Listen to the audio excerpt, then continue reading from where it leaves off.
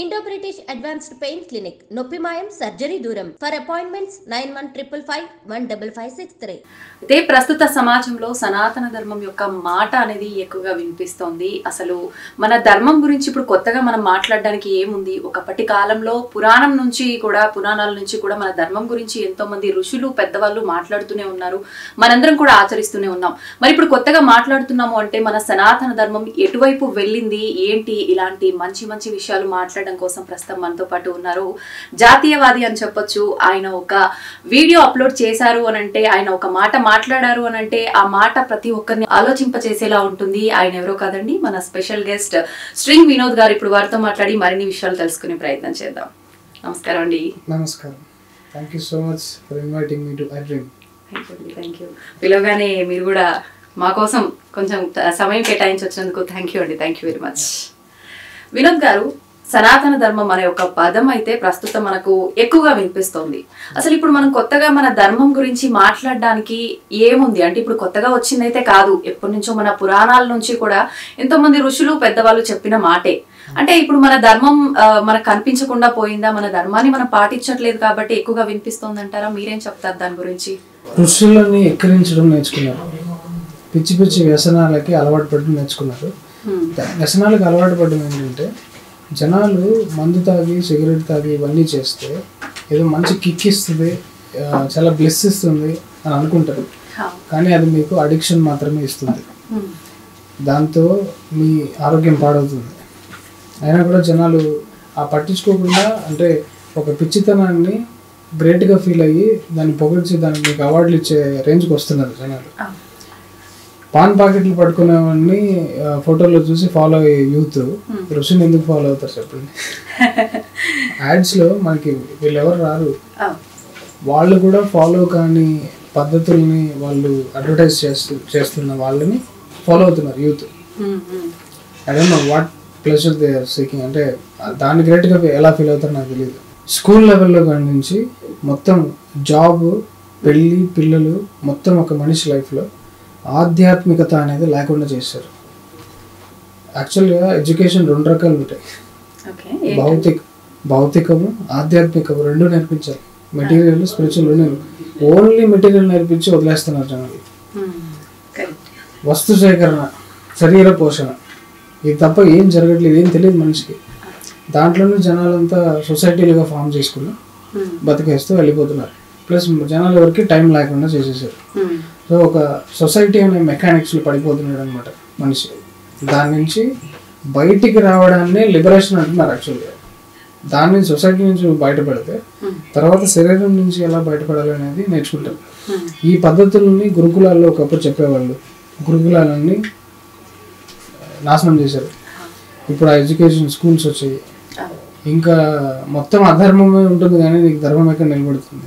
ఏదో ఇట్లాంటి సద్గురువు, ఇట్లాంటి వాళ్ళు శ్రీ శ్రీ రవిశంకర్, బాబా రామదేవ్, మన గురువులు కష్టపడి ఇట్లాంటివన్నీ యూత్ అన్నిటినీ బానిస ఈ అలవాట్ల నుంచి బయటపడేసి వేరే మార్గం, యోగా మార్గం, ముక్తి మార్గం చూపిస్తే వాళ్ళని ఎదవలం చేస్తారు జనాలు.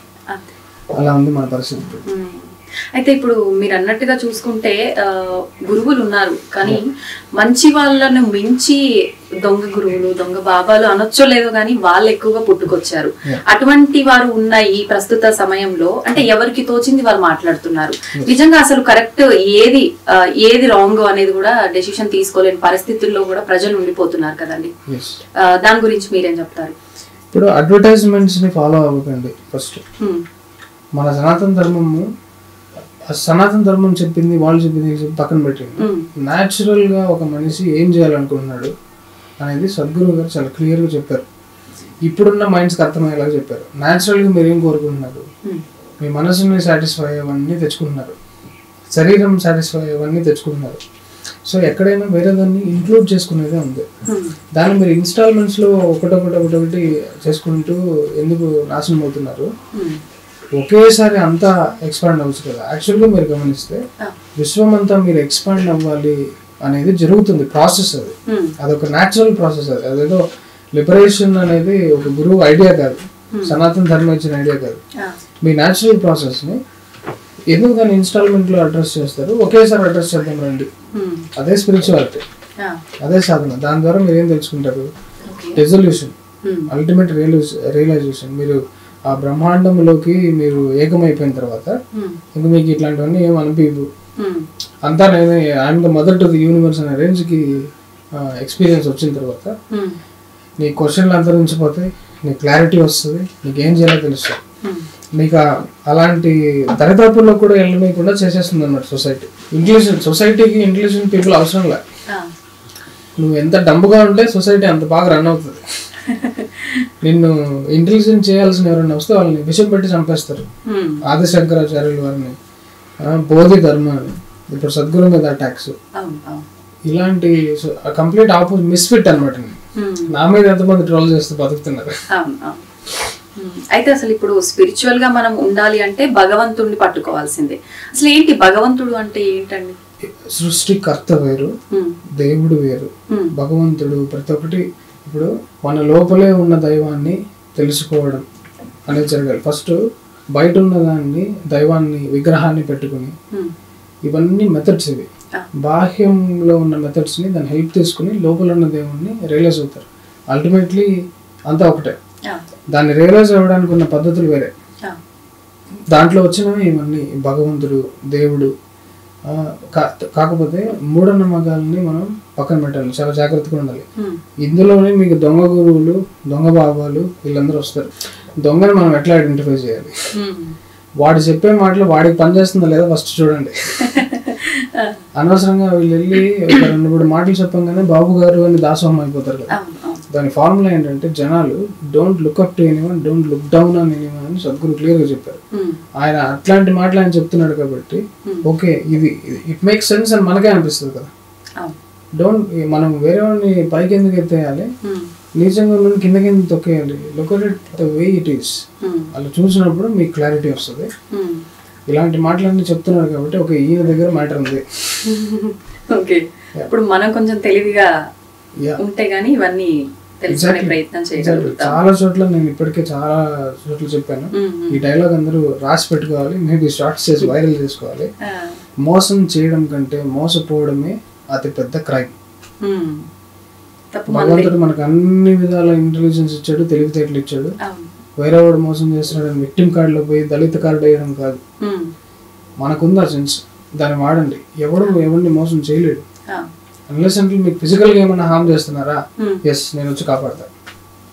అదర్వైజ్ నీ మైండే కదా రకరకాల వ్యసనాలకి నువ్వు మాట ఇచ్చేసి ఇరుక్కుపోయి మోసపోతున్నావు. భగవంతుడు ఉన్నాడు అంటే ఏం చెప్తారు మీరు? మాటలోనే ఉన్నాడు లేదు అనే క్వశ్చన్ లేదు యాక్చువల్గా. కాకపోతే దాన్ని నమ్మండి అని నేను చెప్పను. నమ్మకం వేరే. అగైన్ మీరు ఉన్నాడు మీరు నమ్మేశారంటే అది గుడ్డి కాదు, మీకు తెలియదు. లేదు అనేవాడికి కూడా తెలియదు. అరే ఇద్దరు పిలిచి సాధనలో పెట్టాలి. యాక్చువల్గా పని చేయండి, హఠయోగా ఇవన్నీ చేయండి. అప్పుడు మీ లోపల ఉన్న ఈ శక్తులు ఇవన్నీ మీకు పరిచయం అయినప్పుడు ఆటోమేటిక్గా అది ఏంటో తెలుస్తుంది. నేను ఇక్కడ ఇందాక ఒకటి సగంలో చెప్పాను, దేవుడు వేరు, సృష్టికర్త వేరు. దేవుళ్ళు ఇంకా మోక్షస్థితిని పొందని వాళ్ళు ఉంటారు, వాళ్ళకు కూడా ఒక రెల్మ్ ఉంటుంది. వాళ్ళకు కూడా కష్ట నష్టాలు, యుద్ధాలు ఉంటాయి. ఇంద్రుడు వీళ్ళందరూ కొట్టుకోవడాలు జరుగుతూ ఉంటాయి కదా, మనం స్టోరీలు చదువుతూ ఉంటాం. సో అల్టిమేట్ అనేది దేవుడు కాదు, అల్టిమేట్ అనేది సృష్టికర్త అంటే శివుడు. శివుడు అనే పేరు శివ అంటే ఎంటీ స్పేస్ అని చెప్పాడు, దట్ విచ్ ఇస్ నాట్ అని చెప్పాడు Sadhguru. That is the most appropriate definition of Shiva. Shivanga అనే ఒక సాధన కూడా ఇస్తున్నాడు సద్గురు. అంటే ప్రపంచం విశ్వం అంతా కూడా శివుని అంగాలు అనే టైప్ లో. అంటే మనము మీరు పేరుతో ఏదైనా ప్రాబ్లం ఉంది, సద్గురుతో ఏదైనా ప్రాబ్లం ఉంది అంటే ఆ పదాలు వాడేసి దట్స్ వై ఓజో వస్తాడు అన్నమాట. మళ్ళీ మధ్యలో ఏంటంటే ఆయన అసలు గాడ్ అనే పదం వాడకుండా క్రియేటర్ అంటాడు. అదైతే ఉంది కదా, ఎంటీ స్పేస్ అయితే ఉంది కదా, ఎంటీ స్పేస్ లో ఉన్న డాట్స్ అయితే ఉన్నాయి. ఇలా కూడా మనం మాట్లాడుకుంటే కూడా ఆ ఫోర్స్ ని ఇలాంటి వాటి మీద మనం ఇంట్రెస్ట్ చూపించినప్పుడు న్యాచురల్లీ ఈ ఫిజికల్ వరల్డ్ మీద వీటి మీద ఇంట్రెస్ట్ పోతుంది. We have seen it all, ఇదంతా చూసేసాం. దీంట్లో నువ్వు చూడడానికి ఏముంది ఎట్లంటే ట్రాప్ అయ్యి మళ్ళీ ఆ సైకిల్స్ లో రెపిటేషన్స్ కొట్టడం తప్ప కొత్తది ఏమీ లేదు అని తెలుసుకున్న వాళ్ళే విశ్వాన్ని ఎక్స్ప్లోర్ చేయడం స్టార్ట్ చేశారు. దాన్ని ఎక్కడ దాకా ఎక్స్ప్లోర్ చేసేది ఇంకా మనం కొత్తగా చెప్పక్కర్లేదు. మీకు తెలుసు మన మొత్తం అన్ని సౌర కుటుంబం యొక్క ప్లాట్ మన వాళ్ళకి ఒక్కొక్కప్పుడు తెలుసు, టెలిస్కోప్ లేకుండా తెలుసు. ఎలా చేసి ఉండాలి, ఒక ఆస్ట్రాలజీని ఎలా చేశారనేది చూస్తే మీకు మైండ్ బాగ్లింగ్ గా ఉంటుంది. ఇప్పుడున్న సైంటిస్టులు పనికిరారు, అప్పుడున్న ఋషి ఇంటెలిజెన్స్ కి. ఇప్పుడు మనం ఏదైతే కనిపెట్టామనుకుంటున్నామో, ఏదైతే సైన్స్ అనుకుంటున్నామో, మీరు చెప్పినట్టుగా ఒకప్పుడు ఇవన్నీ కూడా మన ఋషులు పెద్దవాళ్ళని ఆల్రెడీ చెప్పేశారు. అయితే ఇప్పుడు భగవంతుడు ఉన్నాడని నమ్ముదాం, అంటే లేడు అని నమ్మే వాళ్ళకు లేడు అని, ఉన్నాడు అని నమ్మే వాళ్ళకు ఉన్నాడని. నమ్మకూడదు. నేను నమ్ముతున్నా ఇప్పుడు భగవంతుడు ఉన్నాడు. తెలియదు అనేది నమ్మాలి. మనకు తెలియదు అనే స్థితికి మనకు వస్తే it's a very beautiful state. Okay, నీకు తెలియదు అని ఒప్పుకుంటే ఇంటెలిజెన్స్ ఆటోమేటిక్ గా అనీజీగా ఫీల్ అవుతుంది. నేను తెలుసుకోవాలి అని స్టార్ట్ చేస్తుంది. ఏదో ఒకటి నమ్మేశారు అనుకోండి, ఆల్రెడీ తెలిసినట్లని చెప్పి ఇంక ఎక్స్ప్లోర్ కూడా చేయరు. అది చాలా డేంజర్. ఆ స్థితిలో చాలా మంది ఉన్నారు. ఇప్పుడు చాలా మంది భక్తులు కూడా అంధభక్తులుగా ఉన్నారు, మూఢభక్తులుగా ఉన్నారు. ఎక్స్ప్లోర్ చేయరు, ఎవరికి తెలియదు దేవుడి గురించి. ఓకే, మాది చెప్పారు ఒక ఏనుగు మొక్కుంది, నేను అన్నప్పుడు వినాయకుడు అట్రిబ్యూట్స్ చదువుతారు. ఆ వినాయకుడిని పెడితే ఏమి జరుగుతుంది నాకు, దానివల్ల నేను ఏం వాడుకోవాలి. Again materialistic. కామ్య పరంగా మీరు దేవుణ్ణి వాడుకుంటే అది క్షుద్రం అవుతుంది. దేవుడు ఎందుకు వాడతాడు? ఇప్పుడు పలానా కర్మలు బట్టి మనిషికి కష్ట నష్టాలు వస్తూ ఉంటాయి. దాన్ని నువ్వు క్లీన్ చేసుకోవడానికి గ్రహాల స్థితులు మారుస్తావా? ఎంత చండాలంగా ఉంటుంది. ఆ గ్రహం నీకు ఆ కష్టం ఇస్తుంది అంటే నువ్వు ఏదో జన్మలో తేడా డిసార్డర్ క్రియేట్ చేసి ఉంటావు. యా, దట్స్ వాట్ చేస్తున్నారు. సో నేనేం చేస్తానంటే నా ఎక్స్పీరియన్స్ చెప్తాను.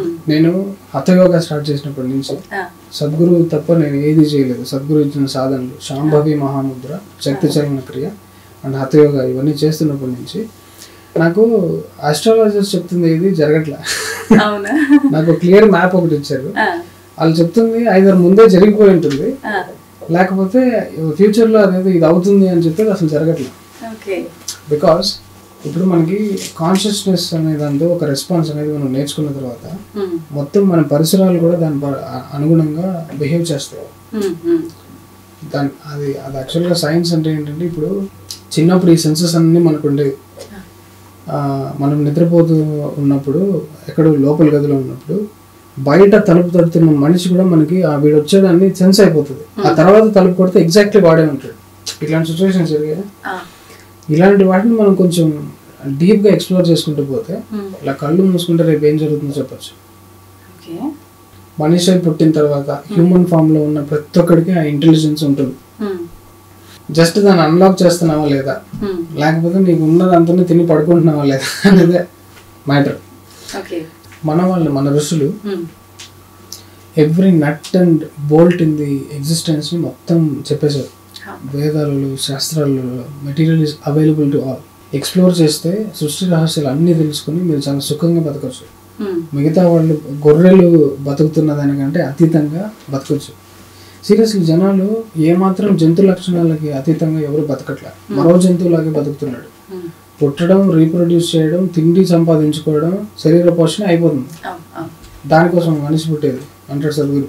ఏమంటారు అసలు మనిషి పుట్టుక కారణం ఏంటి? మనిషి పుట్టిందే ఒక ట్రాప్ అనమాట. యాక్చువల్గా ఆ మాయా అనే ట్రాప్ లో పుట్టిన వెంటనే మొత్తం తెలిసిపోతుందా? సూర్యుడు చుట్టూ భూమి తిరిగేది కూడా ఇంకా డిబేట్ ఇప్పటికే. ఇదేంటి ఇది ట్రాప్ కాకపోతే ఎందుకంత ట్రాప్ లో ఉన్నాడు మనిషి? దాని మీద క్లియర్ చేసుకోవాలి కదా. ఫస్ట్ స్టెప్ అంటాను అది. మనిషి ఎందుకు పుట్టాడు అని అడిగితే ఆ పర్పస్ మాయ నుంచి బయటికి రావడానికి. ఫస్ట్ మాయ నుంచి బయటకు వచ్చిన తర్వాత నీ లైఫ్ అనేది స్టార్ట్ అవుతుంది. యోగాస్థ కురు కర్మాని అన్నాడు కృష్ణుడు. First establish your self in yoga and then do action. అది లేకుండా నువ్వు ఏం యాక్షన్ చేసినా వేస్ట్ అవుతుంది, ఇరుక్కుపోతావు కష్టాలు. దానికి మళ్ళీ మనకు వచ్చిన మాన్యువల్ కోడే భగవద్గీత, దాని నుంచి బయటికి రావడానికి. పుస్తక రూపంలో మనకు ఒక ఎగ్జాంపుల్ లాగా పురాణాలు అందించారు. ఆ రకంగా కూడా అందరికి అందే విధంగా. ఇప్పుడు అన్ని కరెక్ట్ అయ్యాను, అన్ని దాంట్లో కూడా వాళ్ళ ఇష్టానికి రాసుకుంటున్నారు. అంతే అంటారా? ఎందుకు వచ్చింది అంటే ఎక్కడొక్కడ ఏదో మూలం లేనిదే బయటికి రాదేమో అని నా ఉద్దేశం. ఏమంటారు మీరు? ఏ శాస్త్రంలో కూడా, ఏ సనాతన ధర్మంలో కూడా మాంసాన్ని ఆహారంగా రాయలేదు, రాయరు అంటాను నేను. అసలు ఇట్స్ ఇంపాసిబుల్. బికాస్ మాంసం అనేది ఆహార పదార్థం కాదు అసలు. దాన్ని అసలు ఋషి అనేవాడు రాసి ఉండడు. రాసి ఉంటే వాడు ఋషి కాడు. Take it for granted. Because మాంసం అంత కక్కుర్తి, అంత అవసరం. ఋషి స్థితిలోకి పొందిన తర్వాత బల అతిబల గురించి మాట్లాడిన ఋషి గాలిని ఆహారంగా స్వీకరించే ఆప్షన్ ఉన్నప్పుడు వేరే దాన్ని చంపి తినాల్సిన అవసరం ఏంటి? It's unnecessary, it's not needed. రాముడు pure vegetarian. I go against anybody who on stage ఆడు ఎంత జ్ఞానం ఉన్నా కూడా దాన్ని వీ కెన్. అంటే వాల్మీకి ఎలా రాసి ఉంటాడంటే మాంసాహ, అదేంటంటే సంస్కృతంలో పదాలకు ఎలా ఉంటుందంటే ఒక పండులో ఉన్న లేయర్స్, డిఫరెంట్ లేయర్స్లో ఆ పైన ఉన్నదాన్ని స్కిన్ అనటము, దాని లోపల ఉన్నదాన్ని గుజ్జు అనటము, దాన్ని సీడ్ అనటము, ఇలా ఉండొచ్చు డిస్క్రిప్షన్. దాంట్లో ఉన్న మాంసం అన్నిటికీ ఒకటే మీనింగ్ ఉంటుంది మళ్ళీ. అది ఎలా ఉంటుందంటే it's science of the existence కదా సంస్కృట్ అనేది. దానికి మాంసహ అంటే ఇట్ అప్లైస్ టు ఆల్. పండులో ఉన్న మాంసం అవ్వచ్చు, ఇందులో ఉన్న మాంసం అవ్వచ్చు. రాముడు పళ్ళు తినవచ్చు, దాంట్లో ఉన్న మాంసం తినవచ్చు. కానీ పండులో ఉన్నదాన్ని మాంసం అని అది ఎక్కడ ఉంది? ఇప్పుడు మీరు సైన్స్ అనే దాంట్లో అన్నిటికీ డిస్క్రిప్షన్, నేమ్, క్వాలిటీ ఒకటే ఉంటుంది. ఫ్లష్ అనేది రాస్తే ఫ్రూట్ లో ఉన్నదానికి కూడా ఫ్లష్ అనొచ్చు. ఫ్రూట్ అంటే ఫ్రూట్ కూడా యాజ్ పర్ డిజైన్ దానికి స్కిన్ ఉంటుంది, దాని లోపల మజిల్ ఉంటుంది, దాని లోపల స్కెలిటన్ ఉంటుంది.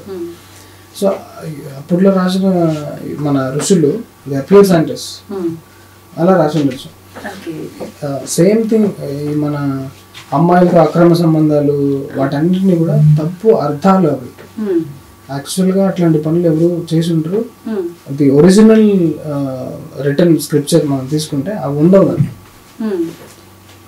ఒరిజినల్ లేకుండా మిగిలిన వాళ్ళకి కావాల్సింది అంటే ఇప్పుడు ఎప్పుడు నిజం మాట్లాడేవాడు, ఎప్పుడు ధర్మం మాట్లాడేవాడు, పద్ధతిగా ఉన్నాడు ఒకరిని చూపించిన దొరకడు. అప్పుడు వాళ్ళ బ్యాచ్ ఇన్సెక్యూర్ ఫీల్ అవుతారు కదా. వాళ్ళంతా కలిసి రాముడిని ఎదవం చేసేస్తే వాళ్ళంతా బాగా హ్యాపీగా ఉండొచ్చు కదా. అలా వచ్చిన తప్పులు అనమాట. రాముడు కూడా ఇది చేసాడంట, సో వాడు హ్యాపీగా వాడి నాన్ వెజ్ తినడం అట్లంటే నీకున్న కంపల్సరీని సాటిస్ఫై చేసుకోవటం. దానికి నువ్వు బయట యుద్ధం చేయాలంటే నేను చేయాలి కదా అని నువ్వు గొప్పలు చెప్పుకుని నువ్వు ఏమైనా చేసుకోవచ్చు. అది సమర్థించుకోవడానికి. ఇప్పుడు తాగుబోతున్న రోడ్లో ఎందుకు తాగుతున్నావు అని అడిగావంటే ఇంత పెద్ద ఫిలాసఫీ ఇస్తాడు.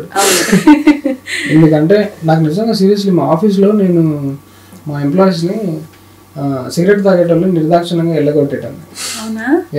సిగరెట్ తాగుతూ నువ్వు కనిపించేవాట్లంటే నేను నిన్ను గెంటేయడం మాత్రమే కాకుండా వాళ్ళు కిక్ అవ్వడానికి కూడా రాశాను ఎస్ఓపీలో. జాగ్రత్తగా ఉండండి, బీవేర్ ఆఫ్ స్పైస్. వాళ్ళ ఫోటోలు తీసి ఒకటి వచ్చిందంటే మామూలుగా ఉండదు పరిస్థితి. ఇంత ఇంత క్రూరంగా నేను ఉండేవాళ్ళు అనమాట. లేదు అంటే ఒకడు వచ్చి నాకు ఏమన్నాడంటే అన్న నాకు మానేద్దామనే ఉందన్న, కానీ మానేస్తే చెస్ట్ పెయిన్ వస్తుందన్న, సో డాక్టర్ తాగమన్నాడు అన్నాడు. ఏం చేస్తాం చెప్పండి, అంత బ్యూటిఫుల్ ఎక్స్ప్లెనేషన్ ఓకే నువ్వు రోడ్డు మీద అడుగు తినుకోరా అట్లని చెప్పి గెంటేసాను. ఇలాంటి వాడు అడుగు తినడమే కరెక్ట్. ఎంత ఎక్స్ప్లెయిన్, అది తాగితే కదా పాడవుతుంది, అది పాడయ్యే పదార్థం కదా. దానికి నువ్వు డాక్టర్ ఎగ్జాంపుల్ తీసుకుని నీ వ్యసనాన్ని ఫుల్ఫిల్ చేసుకుని ఎంజాయ్ చేసేది ఏంటది? రాత్రి పూట నిద్రపోకుండా కాపలా కాయని కుక్కకి నేను ఆహారం వేయను. అర్థం చేసుకోండి. కుక్క పని ఏంటంటే నువ్వు కాపలా కాయాలి రాత్రిపూట, నిద్రపోకూడదు. As per design, as per నీ రెస్పాన్సిబిలిటీ. ఈ రెస్పాన్సిబిలిటీ ఇచ్చిన తర్వాత రాత్రిపూట నిద్రపోయిన కుక్కకి ఆహారం ఎందుకు వేస్తాను నేను? అది బాసు గెంటేసాను అతన్ని. అందుకనే నన్ను ఏదైనా చేశారు అనుకోండి, ఇది వేరే విషయం. వీఆర్ కమింగ్ బ్యాక్ టు ధర్మ. నువ్వు ధర్మం వైపు నిలబడినప్పుడు నీ బాడీలో ఒక ఈజ్ ఉంటుంది, ఒక సుఖం ఉంటుంది. అధర్మం నీకు నువ్వే ఎవాల్యుయేట్ చేసుకోవచ్చు. దాన్ని ఏమంటారు, అంతరాత్మ అంటారు కదా. తప్పు చేసినప్పుడు అది నీకు అలారం బెల్స్ మోగుతుంది లోపల. దాన్ని గమనించి దాన్ని అనుసరించి దాన్ని పాటించడమే మన సనాతన ధర్మంలో నేర్పిన సాధనలు. ఇవన్నీ చేయడం ఎందుకు అంటే, ఇవన్నీ చేస్తే మోక్షం పొందుతారంటారు. అసలు ఎందుకు పొందాలి మోక్షాన్ని? ఇప్పుడు యాక్చువల్గా సౌర కుటుంబం ఎగ్జాంపుల్ తీసుకోవాలి.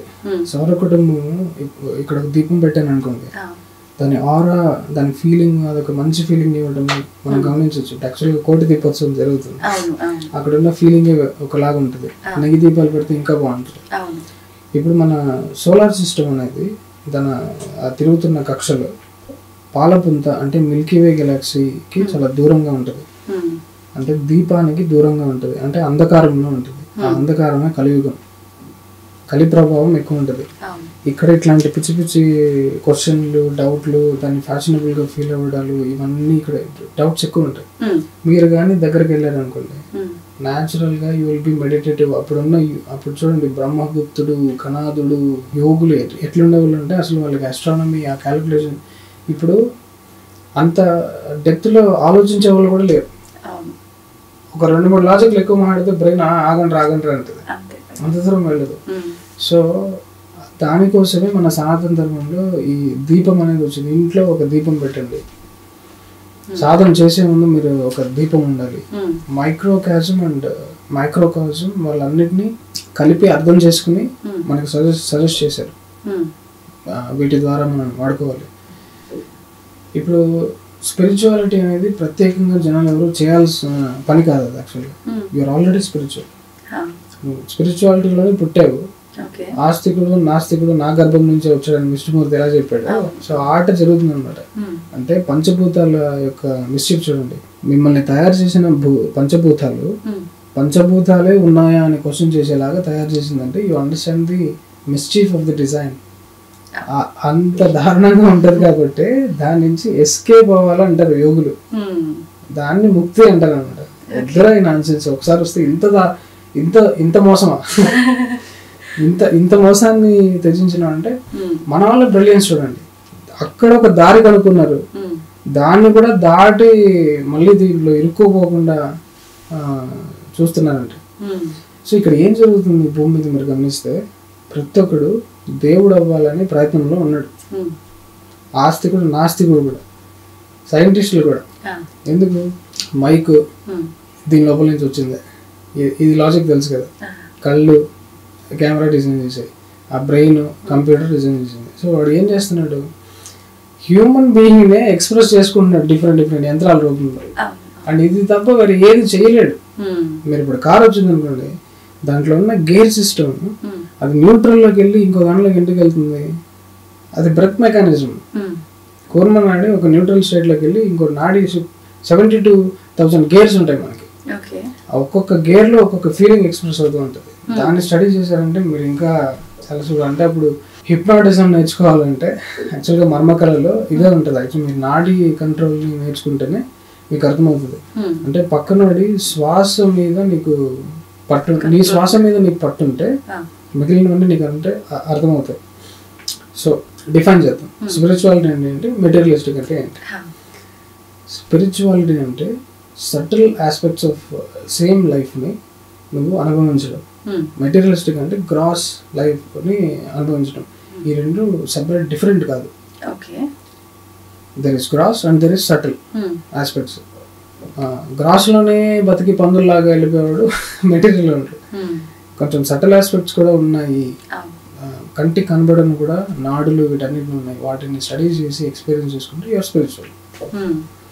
రెండు బ్యాలెన్స్ చేయడం కష్టమా? ఒకరు బ్యాలెన్స్ కదా, స్పిరిచువాలిటీ చేయకపోతే ఎదవల్లాగా బతుకుతాం అంతే. కానీ మీరు అన్నట్టు ఇప్పుడు ఇలా ఒక యంత్రంలాగా పనిచేసే మైండ్ సెట్ ఉన్న వాళ్ళు ఎవరైతే ఉన్నారో, స్పిరిచువాలిటీ దగ్గరగా ఉన్న వాళ్ళని ఒక రకమైన చాదస్తం మనుషులు, మూర్ఖత్వం, ఈ మూఢనమ్మకాల్లో పడి కొట్టుమిట్టాడుతున్నారు, ఈ రకంగా మాట్లాడుతుంటారు కదా. ఏమంటారు దాని గురించి? మూఢనమ్మకాలకి చాలా ఎక్కువ స్కోప్ ఉంది. స్పిరిచువల్ గా అయ్యోళ్ళకి మాకు విజన్స్ కనిపిస్తున్నాయి, మేము అది చూడగలుగుతున్నాం, ఇది చూడగలుగుతున్నాం, ఫ్యాషనబుల్ గా చెప్పుకుంటాం. అసలు మాట్లాడాడంటే ఇంకా మొత్తం అబద్ధం అనే అర్థం. బికాస్ సద్గురు చెప్పినట్టు ప్రపంచంలో ఎప్పుడు ఆకాశం నుంచి ఒక చెయ్యి ఇలా వచ్చి నిన్ను యాక్సిడెంట్ నుంచి తప్పించేలా దేవా అని ఇట్లా ఉంటాయి. అంటే డిజైన్ శివుడు ఎలా చేశాడంటే, మీరు మీ పేరెంట్స్ నుంచి కంప్లీట్గా ఇండిపెండెంట్గా మీరు బతకగలరా? కంప్లీట్ బతకచ్చు. అంటే కొన్ని సర్టెన్ ఏజ్ ఉంటుంది కదా. పిల్లడు పుట్టాడు, పేరెంట్స్ ఇద్దరు చచ్చిపోయారు, వాడు బతుకుతాడు. చాలా మంది బిజినెస్ మైండెడ్ లైన్ కూడా ఉన్నారు అలా. సో ఈ డిజైన్ ఏంటంటే, సృష్టికర్త నిన్ను ఎలా పుట్టించాడంటే you can completely function independently. అది డిజైన్. అదొక్కటి గమనించాలి జనాలు. ఎంత ఇండిపెండెంట్గా నువ్వు బతకచ్చు అంటే ఇక్కడ నువ్వు క్రియేటర్ లాగే బతకచ్చు. అసలు యాక్చువల్గా రెండు దారులు ఉంటాయి. Either you can live here as a creator himself, లేకపోతే you can be crushed by the creation అంటాడు అనమాట. అంటే నువ్వు క్రియేటర్ లాగా బతకలేదంటే ఆబ్వియస్లీ క్రియేషన్ నిన్ను తొక్కేస్తుంది. అలా కష్టపడుతూ కంఫర్టబుల్గా కష్టాల్లో బతుకుతూ ఉంటారు అనమాట జనాలు. ఎక్స్ప్లోర్ చేస్తే ఇది చాలా ఇంట్రెస్టింగ్గా ఉంటుంది. జనాలకి ఏదైనా ఉపయోగపడేవి మాత్రమే చెప్దామని చెప్తున్నాను. అయితే ఇప్పుడు మనం ధర్మం అని చెప్పి మాట్లాడుకుంటున్నాము, మనమే కాదు ప్రతి ఒక్కరు మాట్లాడుతున్నారు. ఈ మధ్య కాలంలో జరిగే కొన్ని అంటే దేవాలయాల పైన దాడులు చూస్తూ ఉన్నాము. అయితే మన ధర్మం గురించి మనం ఇంత చెప్తున్నా కూడా ఇలాంటివి జరుగుతున్నాయి అని అంటే మన ధర్మాన్ని మనం కాపాడుకోలేకపోతున్నాం అంటారా? ఏం చెయ్యాలి మరి? నిద్రపోతున్న హిందువులు మెలుకోవాలి. ఇది ఒకరు ఓన్ చేసుకుని చేసే పనే తప్ప ఆటోమేటిక్గా దేవుడు వచ్చి చేసేసే పని కాదు. ఎవరైతే ఆ దేవుడు చూసుకుంటాడని ఎక్కువ గర్వంగా ఫీల్ అవుతారో వాళ్ళ వల్లే ఈ టెంపుల్స్ అన్నీ నాశనం అవుతున్నాయి. చెప్పాలంటే వీళ్ళు ఫస్ట్ మనం సెట్ చేయాల్సింది ఏంటంటే దేవుడికి ఏ గుడి కట్టాల్సిన అవసరం లేదు. ఇది ఆల్రెడీ బ్లిస్డ్ అవుట్.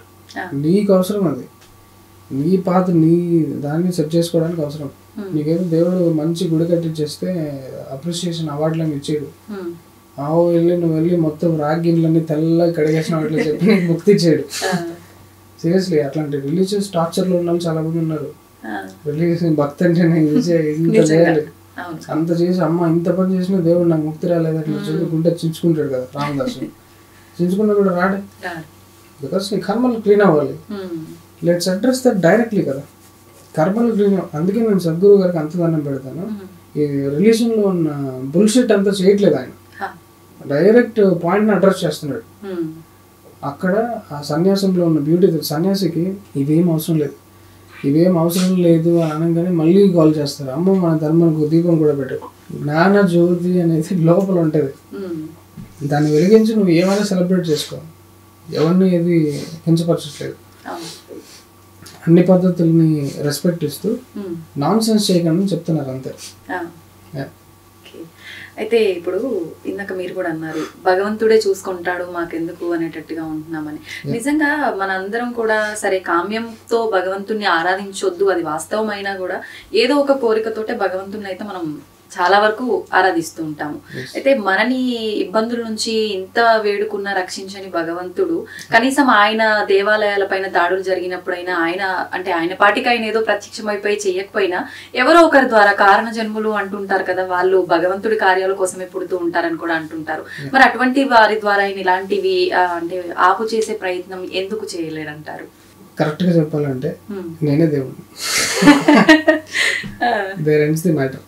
నేనే దేవుడు. మీరు కానీ కరెక్ట్గా యాక్షన్ ఇప్పుడు నువ్వు చూసావా, నువ్వు ఎక్స్పీరియన్స్ అయినా చేసావా నీ దేవుణ్ణి అంటే పలానా సందర్భంలో నీ అతీత పవర్స్ ఎగ్జిస్టెన్స్లో ఉన్న ఎనర్జీ మొత్తాన్ని డౌన్లోడ్ చేసుకునే ఛానల్స్ మనకు ఉన్నాయి. అంత పవర్ జనరేట్ చేసి అంత జనాల్ని నువ్వు పోగు చేసి యాక్షన్ క్రియేట్ చేయొచ్చు. నీకు ఫాస్ట్ ఫార్వర్డ్లో అది కనబడకపోవచ్చు, కానీ ఆ ప్రయత్నం కూడా చేయకుండా దేవుడి మీద వేసేయడం తప్పు. అలా వేసిన లేజియెస్ట్ పీపులే ఇప్పుడు మనకి రిలీజియన్లో చాలా ఎక్కువ కనబడుతున్నారు. దేవుడు రాడు, దేవుడు వచ్చి సాల్వ్ చేసే టైం మీకు కల్కి యుగానికి ఒక అవతారం అనే టైప్లో టైం ఉంది దానికి. అప్పటిదాకా ఎందుకు వెయిటింగ్, మనమే కల్కి అవ్వచ్చు కదా, కల్కి పెద్దగా ఛాన్స్ ఇవ్వడం దానికి. సో ఇంకొకటి చాలా ఇంపార్టెంట్, ఇది దేవుడు అనే దాని గురించి మాట్లాడడానికి కూడా నీకు అర్హత లేదు. దేవుడు అంత అట్లా చూసారా, వీళ్ళు యాక్చువల్గా రిలీజన్కి చాలా నష్టం క్రియేట్ చేస్తారు. Spirituality is a bloody easiest path. అది ముక్తి అనేది most easiest thing on planet. అది మోస్ట్ ఈజియెస్ట్ కాబట్టి అందరూ మిస్ అవుతున్నారు. అసలు గుర్తించడం కూడా గుర్తించట్లేదు. దాన్ని తీసుకొచ్చి నీకు ఇన్ని జన్మలు పడుతుంది ఇట్లాంటివి చేయాలంటే, ఒక దేవుణ్ణి ప్రసన్నం చేసుకోవాలంటే ఇన్ని అంటారు చూసారా, వాళ్ళ వల్లే నష్టం జరుగుతుంది. యాక్చువల్లీ ఆ భయం క్రియేట్ చేయకండి అసలు జనాలు, ఇట్స్ ఈజీ అని చెప్పండి. నిజంగా ఇలాంటివి మాట్లాడేవారే ఎక్కువైపోయారు. ఒక ఇద్దరు ఏదైనా మాట్లాడుతున్నారు స్పిరిచువల్ గా అంటే దాంట్లో తప్పులు వెతికే వాళ్ళే ఎక్కువగా ఉంటారు తప్ప, అరే వాళ్ళు మాట్లాడడానికి ప్రయత్నం చేస్తున్నారు, కొంత మార్పు మొదలవుతుందేమో ఈ విధంగా ఇలా ఆలోచించే వాళ్ళు చాలా తక్కువగా ఉన్నారు. ఎగ్జాక్ట్లీ. అండ్ ఆల్సో ఈజీ అని అన్నాం కదా, at the same time it is scary, కొంచెం భయంకరంగా ఉంటుంది ఆ పాత్. ఎందుకంటే నువ్వు డార్క్నెస్ని ఎక్స్ప్లోర్ చేసినప్పుడు ఫస్ట్ నీకు కొన్ని షాకులు ఎదురవుతాయి. నేను అదే కొన్ని చోట్ల దేవుడు నీకు ప్రత్యక్షమైనప్పుడు నీకు చాలా భయంకరంగా ఉంటుంది అని చెప్పాను. బికాస్ అదేంటంటే మనం ఉంటున్న ఫ్రీక్వెన్సీలోనే ఉండదు అది, ఆ ప్రజెన్స్. ఈ ఫ్రీక్వెన్సీలో లేని ప్రజెన్స్ని నువ్వు మనసుతో ఎలా అర్థం చేసుకోగలవు? మైండ్కి ఒక ఫ్రీక్వెన్సీ ఉంటుంది, మీకు ఆ 93.5 FM వినపడుతుంది మీకు. పక్కన కొంతమంది తిరుగుతూ ఉంటారు, మనకు తెలియదు, వాళ్ళు మాట్లాడే మాటలు నీకు వినపడు, కానీ నువ్వు ట్యూన్ చేసుకున్నావు అనుకో అవి వినిపిస్తాయి, నిజంగానే వినిపిస్తాయి. కొన్ని ఎల్లమ్మ మల్లమ్మ వీళ్ళు ఉంటారు చూడు, ఆమె వచ్చి నాకు ఇది చెప్పింది నేను చేయాలి, వెరీ ట్రూ, వాళ్ళకి జరిగిన ట్రూ ఎక్స్పీరియన్స్ అది. దాంట్లో మళ్ళీ కొంచెం బుల్షిట్ ఉంటుంది అనుకోండి. చాలా మంది నిజంగానే ఇంకా నాటకాలు వేస్తారు కదా, నాకు కనబడ్డాడు, నువ్వు నాకు 40,000 రూపాయలు అప్పు, నువ్వు నాకు అది తీర్చకపోతే నీకు కళ్ళు పోతాయంట. ఈ నాన్సెన్స్ అంతా తయారవుతుంది. But otherwise audio visual operators మనకు ఉన్నప్పుడు 93.5 FM ట్యూనింగ్ అనేది మనమే కనుక్కున్నాం కదా. సో దీంట్లో ఆ ట్యూనింగ్ అనేది ఎందుకు ఉండకపోవచ్చు? మనం ఎక్స్ట్రా టెరిస్ట్రియల్ కమ్యూనికేషన్స్ వేరే వాటితో ఎందుకు కమ్యూనికేట్ చేయలేక ఈజీగా? దెర్ ఇస్ అ వే. అది mentally not possible, spiritually possible. దాన్ని ఎక్స్ప్లోర్ చేయడానికి ఏ సొసైటీలో ఒప్పుకోవు. నేను కూడా దాని మీద స్ట్రిక్ట్ మెజర్స్ ఉండాలని రికమెండ్ చేస్తాను. బికాస్ దాంట్లో స్కోప్ ఆఫ్ నాన్సెన్స్ చాలా ఎక్కువ. మీరు ఆ మిస్టిసిజంకి ఓకే ఇవన్నీ మాట్లాడుతున్న వదిలేశారనుకోండి, దేశం మొత్తం సర్వనాశనం. It will become spiritual prostitution. అది కూడా జరుగుతున్నాయి, చాలా మంది సెక్స్ గురువులు వస్తున్నారు కదా. సో జాగ్రత్తగా ఉండాలి. మంచి గురువు అనేది ఇక్కడ చాలా ఇంపార్టెంట్. ఐ రికమెండ్ సద్గురు కూడా. ఐ రికమెండ్ శ్రీ రవిశంకర్ గారు కానీ, మన బాబా రామదేవ్ కానీ, ఇప్పుడున్న రమణాశ్రమాలు, మన రామకృష్ణ పరమహంస, వీళ్ళందరికీ పరమ భక్తులు ఉన్నారు వీళ్ళకి. That is the right path. Shri Ravishankar గారు. ఇప్పుడు మనం ఇందాక ఆలయాల టాపిక్ తీసుకున్నాం కదా, ఇలా ఆలయాల విషయానికి వస్తే అంటే ఒక ధర్మాన్ని మనం కాపాడుకునే బాధ్యత మనందరి చేతిలో ఉంది. ఉన్నప్పుడు ఎవరికి వాళ్ళు అంటే ఏదైనా జరగగానే ఆలయాల విషయమే అవ్వచ్చు, ఇప్పుడు రకరకాల ఇబ్బందులు ఆడవాళ్ళ పైన జరిగేవి కూడా ఉంటున్నాయి. ఇలాంటివి జరిగినప్పుడు ప్రతి ఒక్కరు కూడా అరే అనుకుంటాము, బాధపడతాము, వెళ్ళి అక్కడ వరకు వెళ్ళి మాట్లాడాలి అనేసరికి సైలెంట్ అయిపోతారు. అంటే మా ఇంటి వరకు రాలేదు ఒక ఆలోచనలో ఉంటారు.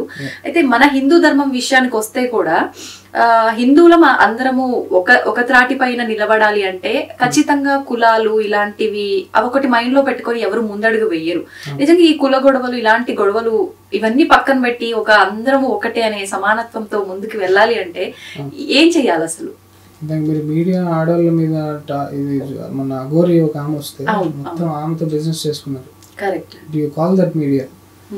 అట్లాంటి వాటిని ఎందుకు ఆదరిస్తున్నారు, ఎందుకు ఫాలో అవుతున్నారు జనాలు? ఏదో ఒక మెటీరియల్ మనం రికార్డ్ చేసి దాన్ని వైరల్ చేయాలనే ఫార్ములాతో ఎందుకు వస్తున్నారు? ఆమె భక్తితో మా గుడిని చేద్దామని వచ్చింది, మీరు రాలా, వీళ్ళు ఓన్లీ షూట్ చేయడానికి వచ్చారు. ఇట్లాంటి వాటి మీద చాలా స్ట్రిక్ట్ మెజర్స్ ఉండాలంటారు నేను. డిపార్ట్మెంట్స్ లేకపోతే మన హిందుత్వ ఆర్గనైజేషన్స్ ఇట్లాంటివన్నీ టేకప్ చేసి మరి ఆ కట్టడి చేసి. ఇప్పుడు చూడండి చాలా డైల్యూట్ అయిపోయింది ప్రాసెస్. ఎవడు పడితే వాడు 2 పేజీలు భగవద్గీత చదివేసి గురువు అయిపోతున్నాడు.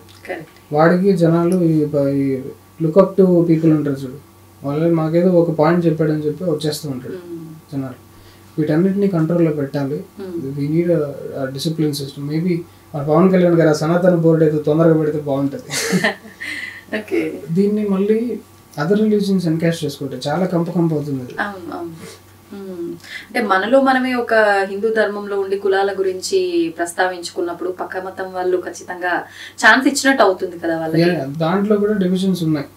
క్రిస్టియానిటీలో మోర్ డివిజన్స్ ఉన్నాయి, కానీ హిందుత్వలో ఉన్న డివిజన్స్ ని ఎందుకు హైలైట్ చేస్తున్నారు? కాస్ట్ సిస్టమ్ దీంట్లోనే ఉందని ఎందుకు అంటున్నారు? ముస్లిం అండ్ క్రిస్టియానిటీలో కూడా ఎక్కువ కాస్ట్లు ఉన్నాయి. దాంట్లో అసలు 200-300 డివిజన్స్ ఉంటాయి. వాళ్ళు ఒకరినొకరు కొట్టుకుంటా ఉంటారు ఎప్పుడు. ఒక దాంట్లో ఇంకా షరియా చట్టాలు, సున్నీ చట్టాలు, ఇంకా దాంట్లో రిలీజియన్ ఒకదాన్ని తీసుకుని మనం డివిజన్స్ అనకుండా human being it self is divided అనడం కరెక్ట్. ప్రపంచంలో ఉన్న మొత్తం హ్యుమానిటీలో కూడా మీరు ఎందుకుంటున్నాయంటే వేరే వాడిని ఇట్లా ఎక్స్క్లూజన్గా చూడడం స్టార్ట్ చేసినప్పుడు, నీ బ్రెయిన్లో ఎక్కువ నమ్మకాలతో పేరుకుపోయినప్పుడు, అల్లాని నమ్మేవాడప్పుడు, రాముని నమ్మేవాడప్పుడు, కొట్టుకుంటారు. ఇక ఎక్కడ యూనిటీ అనే లైన్ ఎక్కడ ఉంది? ఓన్లీ సద్గురువుకి ఇవన్నీ చూసి గాడ్ అనే వర్డే చాలా కరెక్ట్ అయిపోయింది, నేను అది వాడను. అందుకని స్పిరిచువాలిటీ, ఆ లైఫ్ ఎనర్జీస్, ప్యూర్ సైన్స్ చెప్పడం స్టార్ట్ చేశాడు. ఆయన ఒక వీడియోలో ఎంత గర్వంగా ఎంత బాగా చెప్పాడంటే, సాంస్క్రిట్ అంటే నాకు చాలా ఇష్టము, నాకు చదివే టైము అవకాశము చాలా ఉండింది, ఆయన కూడా నేను చదవలేదు, కావాలని చదవలేదు అన్నాడు ఆయన. Yogi who wants to play role. నేను అందుకే సద్గురుని ఈ కాలం ఆదిశంకరాచార్యుడిగా చూస్తాను. నేను వచ్చి ఈ కాలానికి ఏం చేయాలో అది చేస్తున్నాడు ప్రజలకి.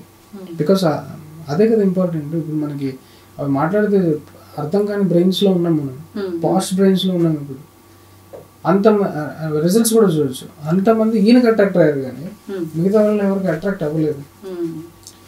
ఆయన దగ్గరికి వచ్చిన తర్వాత మళ్ళీ వేరే సనాతన ధర్మంలోకి వస్తున్నారు, అందరు ధర్మాన్ని ఇంబైబ్ చేసుకుంటున్నారు. Isha volunteers and devotees very sensible. మిగతా వాళ్ళని నేను కించపర్సన్ చెప్పాడు, చాలా గొప్ప వాళ్ళని నేను కలిసాను.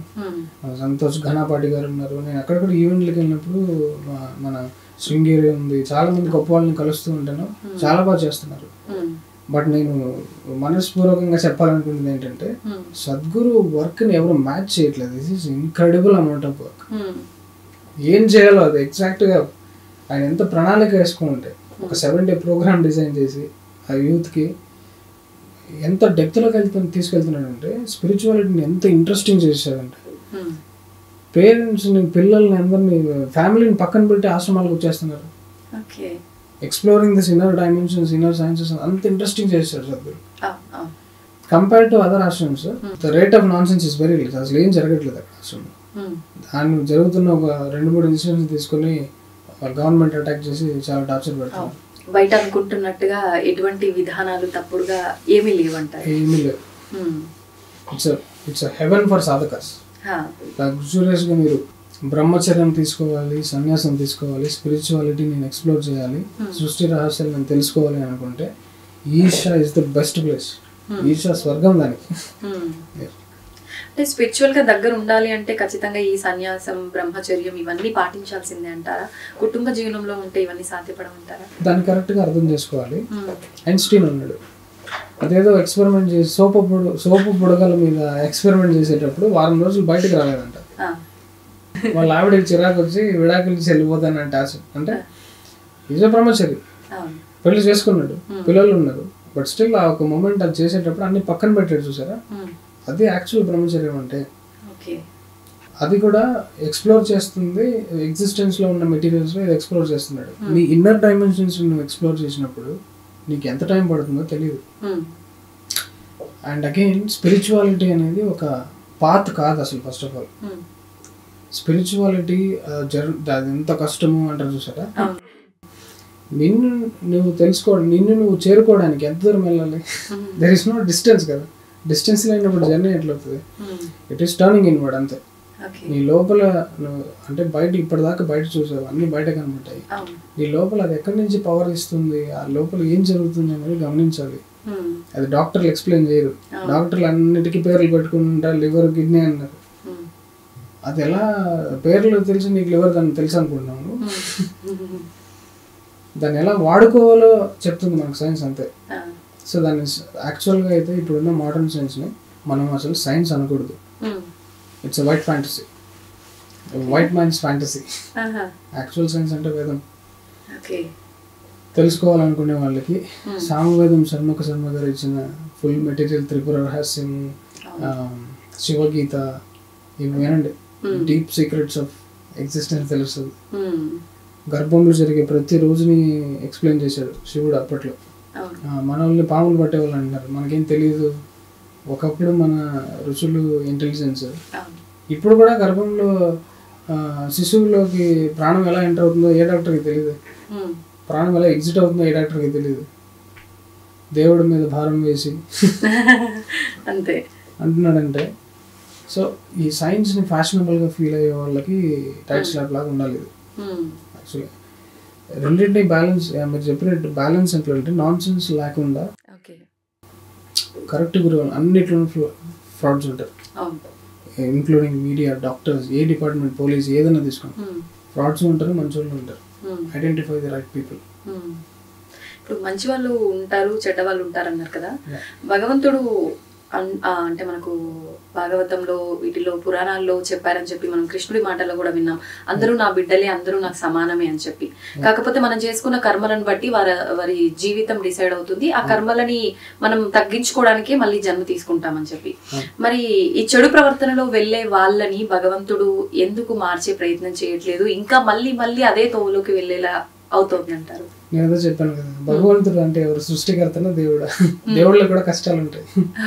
సో అందుకనే చెప్పాను, నేనే దేవుడిని. ఎట్లా అంటే మన శరీరంలో ఈ గ్రాస్ ఫిజికల్ ఫామ్ లో ఉన్నాం. ఇది ఒకసారి కాలిపోయిన తర్వాత అది ఎక్కడికి వెళ్తాం, ఆ సైన్స్ ఏంటి, అక్కడ ఏం జరుగుతుంది, వాటన్నిటిని తెలుసుకుంటే then you will get the key. ఏం చేయాలి అనే కీ దొరుకుతుంది. నెక్స్ట్ ఆ కర్మలు మీకు ఎలా తగులుతాయి అనే కీ దొరుకుతుంది. వాటన్నిటిని మన శివగీతలో ఎక్స్ప్లెయిన్ చేస్తారు. ఆత్మ ప్రయాణం, అది ఏ వాసనలు తీసుకుని ఏ గర్భాన్ని మళ్ళీ ఎన్నుకుంటుంది. ఇది బయట చిత్రగుప్తులు వీళ్ళందరూ లెక్కలు వేసుకుంటూ ఉంటారు చూసారు, ఇలా పితృదేవతల నుంచి మనకు వచ్చే ఫలితాలు మొత్తం అదొక పెద్ద సైన్స్ డిస్క్రైబ్ చేసినారు అనమాట.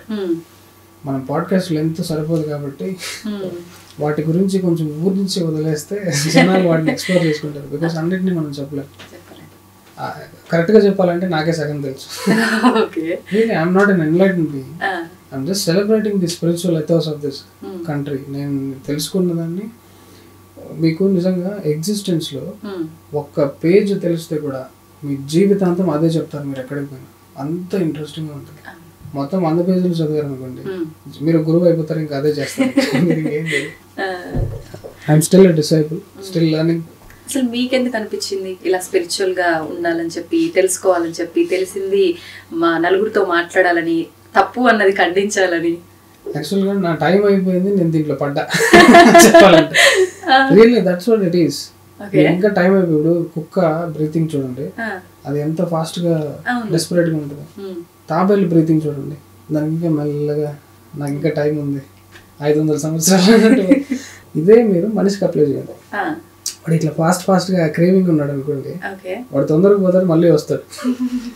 ఋషిని చూడండి, శాంతంగా అసలు ఎంత కళ్ళల్లో ఒక యూ షుడ్, ఓజో చెప్తాడు, you should know how to smile with your bones అంటారు అన్నమాట. ఆయన ఓజో చూస్తారు, కళ్ళు ఆర్పడు, ఇలాగే ఉంటుంది ఆయన. సో మీ బ్రీతింగ్ స్పీడు, మీ మొత్తం ఇవన్నీ కామ్ డౌన్ చేసుకున్నారు అనుకోండి, అప్పుడు మీరు ఎక్కువ రోజులు బతకడం, మనిషి అవుతారు. యాక్చువల్గా మనిషి మళ్ళీ దైవం, అది తెలుసుకోవాలి. That is very interesting. భూమి మీద పుట్టిన తర్వాత జంతువులకు బతికేసి వెళ్ళిపోతాయి. ఆ కంపారిజన్ మనకు తెలిసిన తర్వాత ఓకే, ఇలా బతుకుతున్నాం మనము, no this is not me. అయితే ఇప్పుడు భగవంతుడి గురించి తెలుసుకోవాలి, భగవంతుడిని చేరుకోవడానికి ఆ మార్గంలో మనం వెళ్ళాలి, ధర్మంగానే ఉండాలి అని అంటే పూజలు, ఇప్పుడు ఏదైతే హంగులు, ఆర్భాటాలు, హడావిళ్ళు చేస్తున్నారో ఆధ్యాత్మిక పరంగా, ఇవన్నీ చేస్తేనే అవన్నీ సాధ్యపడతాయా, లేదంటే సాధన రూపంలో కూడా భగవంతుని చేరుకోవచ్చు అంటారా? ఎగ్జాక్ట్లీ, సాధనలు కూడా చేసుకోవచ్చు. ఇక్కడ నేను ఏది మాట్లాడినా కూడా ఒక బ్యాచ్ అనేది రివోల్ట్ స్టార్ట్ అయిపోతుంది. ఓ వీడి వల్లే మా పూజలన్నీ నాశనం అవుతాయని వచ్చేస్తారు ఒక బ్యాచ్. నువ్వు దాన్నే పట్టుకుంటే ఇవన్నీ ఎందుకు వీడు అసలు అవన్నీ చేసుకుని మళ్ళీ సాధన చేయట్లేదని వీళ్ళు కాల్ చేస్తారు. ఎక్స్ట్రీమిజం ఇస్ రాంగ్ థింగ్ దేంట్లోనే కూడా. అన్నిటినీ ఇప్పుడు అల్టిమేట్ గా మీకు ఈ నట్షెల్ అనేది బ్రేక్ అవ్వాలి. అంటే బటర్ఫ్లై అది వికసించి బయటికి రావాలి అల్టిమేట్లీ. దానికి ఏం చేయాలో అది చేయండి, రకరకాల పద్ధతులు. అంతేగాని దాంట్లోనే మీరు అడిక్ట్ అయిపోయి 2 ఒత్తులు పెట్టాలా 3 ఒత్తులు పెట్టాలా అని డిబేట్లు పెట్టుకుని, that is neurotic nonsense. Religion అనేది అది కాదు. క్లియర్ గా చెప్పాలి అంటే ఒక సన్యాసికి ఏ బాహ్య వస్తువులు ఇవేమీ అవసరం లేదు. ఇక్కడ కూర్చొని వాడు దైవాన్ని డీప్ మెడిటేషన్ లోకి వెళ్ళిపోతాడు. అలా నువ్వు వెళ్ళలేకపోతున్నావు అంటే ఒక దీపం పెట్టుకో, ఒక చాంటింగ్ పెట్టుకో, ఒక మంత్రం, ఒక మంత్రం చేయి. అది మనం ఎలా డిసైడ్ చేస్తారు అంటే అది గురువే చేయగలుగుతాడు. గురువే ఒక డిసైపుల్ ని వాడు ఏ స్థితిలో ఉన్నాడో గమనించి చేయగలుగుతాడు. కొన్ని బ్యూటిఫుల్ ఎగ్జాంపుల్స్ ఉంటాయి. ఓజో ఆశ్రమంకి ఒక అతను వస్తే కిచెన్ లో వాలంటీరింగ్ అన్నాడు, సాధన తర్వాత ఇస్తా. మిల్లరపా స్టోరీ ఈ మధ్య రీసెంట్ గా ఫేమస్ అవుతుంది. మిల్లెరప అనే ఒక అతను మార్ప అనే ఒక గురువుని వెతుక్కుంటూ వెళ్తాడనమాట. ఆ మిల్లెరప స్టోరీ ఏంటంటే వాళ్ళ బాబాయ్ దగ్గర బతుకుతూ ఉంటాడు. వాళ్ళ నాన్న చనిపోవడం వల్ల వాళ్ళ అమ్మ బాబాయ్ దగ్గర బతుకుతూ ఉంటాడు. లైఫ్ చాలా టార్చర్ ఉంటుంది. వాళ్ళ చెల్లెల్ని ఏదో హరాస్ చేసాడు అనే కక్షతో ఈయన ఏదో చేద్దామని చెప్పి క్షుద్ర పూజలు నేర్చుకోవడానికి వెళ్తాడు మిల్లెరప. చేసుకుని వచ్చి వీళ్ళ బాబాయ్ ఒక పెళ్లి ఈవెంట్ ఉన్నప్పుడు వచ్చి మొత్తం మండపం కూల్చేసి చాలా మందిని చంపేసి కొంచెం సాటిస్ఫై అవుతాడు. తర్వాత బ్యాక్ టు హోమ్ వెళ్ళినప్పుడు ముక్కులో బ్లీడింగ్ అవుతుంది. కొన్ని రకరకాల అనీజీ ఫీల్ అవుతూ ఉంటాడు. గురువు దగ్గరికి వెళ్తాడు. ఏం చేసినావు నువ్వు, ఇదేదో వర్కౌట్ అవుతుంది అనుకుంటే మళ్ళీ నాకే తిరిగి కొట్టింది అంటే, ఇలా కాదట్లని చెప్పి ఇంకా టిబెట్లో ఉన్న ఎన్లైటెన్ బీయింగ్స్ వెతుక్కుంటూ వెళ్తే అక్కడ మార్ప అనే పేరు వినబడి. మార్ప మీన్స్ ట్రాన్స్లేటర్. బుద్ధుడు రాసినవి ట్రాన్స్లేట్ చేస్తున్నవాడు మార్ప. జనాలందరూ వాడు ఎన్లైటెన్ బీయింగ్ అనేలాగే చెప్తూ ఉంటారు, వాడు గురువు అనుకుంటారు జనం. సో శిష్యుడు ఎవరైనా వెతుక్కుంటూ పోతే వీడి దగ్గరికి వెళ్ళాలి, గైడ్ చేస్తారు. మార్ప మిల్లెరప అని పిక్చర్ టార్చర్ పెడతారు అనమాట. సాధన ఇమ్మని చెప్తే నీకు 2 ఆప్షన్లు ఇస్తాను. నీకు సాధన ఇస్తాను, నీ లివింగ్ నువ్వు చూసుకోవాలి. ఆప్షన్ 2, నీ లివింగ్ నేను ఇస్తాను, సాధన వేరే వాడి దగ్గర చూసుకోవాలి. ఏ ఆప్షన్ తీసుకుంటారు? శిష్యుడు అనేవాడు నా లివింగ్ నేను తెచ్చుకుంటాను, నాకు దయచేసి సాధన ఇవ్వండి. హీస్ క్రేవింగ్ ఫర్, దెబ్బతిని ఉన్నాడు. సరే పో, నీ సాధన సంపాదించుకురాబో అంటాడు. పోతాడు మిల్లెరప. వెళ్ళి ఎక్కడెక్కడో పని చేసి అదేదో కొనుక్కుంటాడు. I don't remember the exact items. దాన్ని మళ్ళీ ఇంకో చోట పెట్టి దానివల్ల డబ్బులు సంపాదించుకుని కొన్ని సాక్స్ ఆఫ్ గోధుమలు రొట్టె ముక్కలు చేసుకోవడానికి బ్యాగ్లో వేసుకుని అమ్మ ఇంకా సాధన వచ్చేస్తుందని ఎగ్జైట్మెంట్తో వస్తాడు. వచ్చేసానని చెప్పి బ్యాగ్ దించుతాడు. అక్కడ ఆల్రెడీ ఒక సాధనలో చాలా మంది మెడిటేషన్ చేపిస్తూ ఉంటాడు. వాళ్ళు డిస్టర్బ్ అయిపోతారు. మార్ప బయటకు వచ్చి గెట్ అవుట్, ఇట్లా దించుతావు బ్యాగ్ నువ్వు, I don't like it, get out అంటాడు. మళ్ళీ హర్ట్ అవుతాడు, బయట ఉంటాడు. వాళ్ళ ఆవిడ చూసి కొంచెం జాలి చూపించి లోపలికి రప్పిస్తారు. ఇట్లా టార్చర్ పెడతారు అనమాట. చేసి మా మిల్లెరప వాళ్ళ కొడుక్కి ఒక లైట్ హౌస్ కావాలి, నేను రాళ్ళు ఇవ్వను ఏమి ఇవ్వను, అంతా నువ్వే తెచ్చుకుని నువ్వే లైట్ హౌస్ కట్టుకోవాలి అంటాడు అనమాట. చేస్తాడు బాబు. చేసి ఒళ్ళు అయిపోయి ఒక లైట్ హౌస్ బాగుంది, 4 లైట్ హౌస్లు కావాలంట. సాధన ఇవ్వాల, ముసలోడు అయిపోతున్నాడు. వాళ్ళ ఆవిడ ఇదంతా చూసి ఇలా కాదు అట్లని చెప్పి ఆయనకి చెప్తుంది. ఇక్కడ టిబెట్లో సౌత్లో ఇంకో గురువు ఉంటాడు, నువ్వు అక్కడికి వెళ్తే సాధన ఇస్తాడు అట్లంటే. మార్ప దగ్గరికి నేను ఇంకా సూసైడ్ చేసుకున్నాను అనుకుంటున్నాను, ఇది వర్కౌట్ అయ్యేటట్టు లేదు అంటే అప్పుడు కూర్చోబెడతాడు ఒక సాధనలో. మనోడు ఎంత తోపు అంటే ఆ జీవ సమాధిలో ఉన్న కొన్ని రోజులు లోపలికి వెళ్ళిన తర్వాత కొన్ని రోజులకి షాకిని ఢాకిని దర్శనం చేసుకుంటాడు. వాళ్ళు వచ్చి చెప్తారు, మీ గురువుకి ఓన్లీ 3 చక్రాల వరకే తెలుసు, ఆ తర్వాత మీ గురువుకి తెలియదు అట్లంటే సమాధి బద్దలు కొట్టుకుని బయటకు వస్తుంది. వీడు షాక్ అవుతారు, ఎలా వచ్చాడో బయటకి. వచ్చాడు అంటే ఆబ్వియస్లీ ట్రాన్స్ఫర్ అయి ఉండాలి. వీళ్ళు మాట్లాడేది ఇంకా నువ్వు ఏముండదు, డైరెక్ట్ మార్ప వచ్చి మిల్లెరప కాళ్ళకి దండం పెట్టేస్తాడు. You have transcended. సరే పద నా గురువు దగ్గరికి తీసుకెళ్తా. అక్కడికి వెళ్ళంగానే ఆ గురువు ఇట్లా టిబెట్ సైడ్ తిరిగి అట్లీస్ట్ ఒక్క జ్యోతి వెలిగింది అని చెప్పి హ్యాపీగా ఫీల్ అయ్యి అప్పుడు మిగిలినవన్నీ చేసి ఆయన ఎన్లైటన్ అయ్యి ఆయన ఫోటోగ్రాఫే ఈ క్లాత్ మీద గాల్లో తిరుగుతూ ఉన్నట్టు ఉంటుంది మిల్లెరపది. అలా ఉంటుంది అనమాట సాధన. గురువులు ఖచ్చితంగా మనం శిక్షణ ఇవ్వాలి అంటే ఖచ్చితంగా రకరకాల ఇబ్బందులు పెట్టి అంటే ఎందుకు ఇక్కడ చూడండి, మార్పు అనే దొంగ సగం తెలిసినాడు ఇంకా ఇది ఉంటుంది, చాలా టార్చర్ ఉంటుంది. దీన్నే టార్చర్ చేశారు. ఇలా ఉన్న కాలంలో అసలు ఎంత అదృష్టం అంటే సద్గురువు లాంటి దొరికాడు. లగ్జరియస్ పాత్, అసలు శిష్యుడిని ఎంత లగ్జరీ ఒళ్ళో పెట్టుకుని తీసుకెళ్తాడు శివుడి దగ్గరికి చెప్పాలంటే సీరియస్గా. ఆశ్రమంలో తిండికి పాదం ఈశాలో అమ్మకి చేతి వంట కంటే మించిన వంట ఉండదు అంటారు చూసారా. I deny that. ఈశా గురువు పెట్టిన వంట కంటే మించిన వంట ఉండదు. గురువు ఈషలో భోజనం చేసిన వాళ్ళకి నిజంగా అర్థమవుతుంది అక్కడ ఉన్న న్యూట్రిషియస్ డైట్ బ్రహ్మానంద స్వరూప చాంటింగ్ చేసుకుంటూ వండుతారు అక్కడ. అసలు ఆ క్వాలిటీయే వేరే అసలు. ఇప్పుడు చాలా మంది అక్కడికి వెళ్ళిన వాళ్ళు వీడియోస్ పెడుతున్నారు కదా, నిజంగా రకరకాల వెరైటీస్. అందులో కూడా మనిషికి అసలు ఏది అవసరం, ఏ న్యూట్రిషన్ వెళ్ళాలి దానిపైనే డిపెండ్ అయి ఉంటుంది ఆ ఫుడ్ అంతా కూడా. నేను కూడా కొన్ని వీడియోస్ లో చూసాను. అయితే ఇప్పుడు గురువుల విషయానికి వస్తే ఆయన మించిన వారు లేరు, ఎంతో జ్ఞానం పొందిన వారు. అంటే నాకు మాత్రం, ఎందుకంటే నన్ను ఏదో చేసినా పర్లేదు కానీ నేను కంపేర్ చేసి మిగిలిన వాళ్ళందరినీ తొక్కేస్తున్నాను, ఆది శంకరాచార్యని తొక్కేస్తున్నాను అని అంటారు చూసారా. I deny that. It's my personal opinion. నేను ఏమైనా చేసుకుంటాను నా సాధన. నాకు సద్గురువునే తోపు, సద్గురువునే నాకు శివుని చూపించాడు. బికాస్ నాకు కావాల్సింది నువ్వు ఇస్తావు చెప్పి నీ దగ్గర కూర్చుంటా. నాకు కావాల్సింది నువ్వు ఇవ్వలేదు అనుకో, నిన్నేదంతా నేను నిల్లేరప. బికాస్ గురువులు బుక్ చదివి లేకపోతే ఈవెన్ వేద పండితులు ఘనాపాఠులు కూడా గురువు అనే పొజిషన్కి అర్హులు కారు. గురువు అంటే నీ అజ్ఞానాన్ని నిర్మూలించేవాడు. అంటే నీకు సమాధి స్థితి నీకు కలిగి ఉండాలి. నువ్వు శరీరాన్ని వదిలేసి వెళ్ళిపోయి ఉండాలి. ఫస్ట్ ఆఫ్ ఆల్ వెళ్ళి మళ్ళీ బాడీలో ఉండాలి. సద్గురు చెప్తారు చూడు, ఆ కంకణం కాలికి కంకణం ఎందుకు కట్టుకున్నారు అంటే you don't know how much circus I'm doing to be in the body అన్నాడు. నేను వెళ్ళిపోయాను రా ఎప్పుడు. దీన్ని పట్టుకుని ఇంకొంతమంది ఏడుపు మొహాలు ఉన్నాయి కాబట్టి వాళ్ళు కొంచెం చేద్దామని చెప్పి సీరియస్లీ సాయం చేయాలని ఉంటారు. Otherwise they don't need. బ్రహ్మానందానికి యాక్సెస్ వచ్చిన తర్వాత ఈ శరీరం అనే ఆలోచన ఎవడు ఉండడు. ఉన్నారంటే అది మన దృష్టిలో. అట్లాంటి వాళ్ళే గురువులు అవుతారు. సద్గురువులే ఈ భూమి మీద అన్ఫార్చునేట్లీ 700-500 సంవత్సరాలకు ఒకటి వస్తున్నాడు. కలియుగంలో అసలు ఇట్లాంటి వాడు దొరికాడంటే కంపల్సరీ మనం we should make use of it. ఇప్పుడు మనం మాట్లాడుకున్నట్టుగా గురువు అని అంటే ఖచ్చితంగా అందరికీ జ్ఞానం తెలిసి ఉండాలి అనేది లేదు.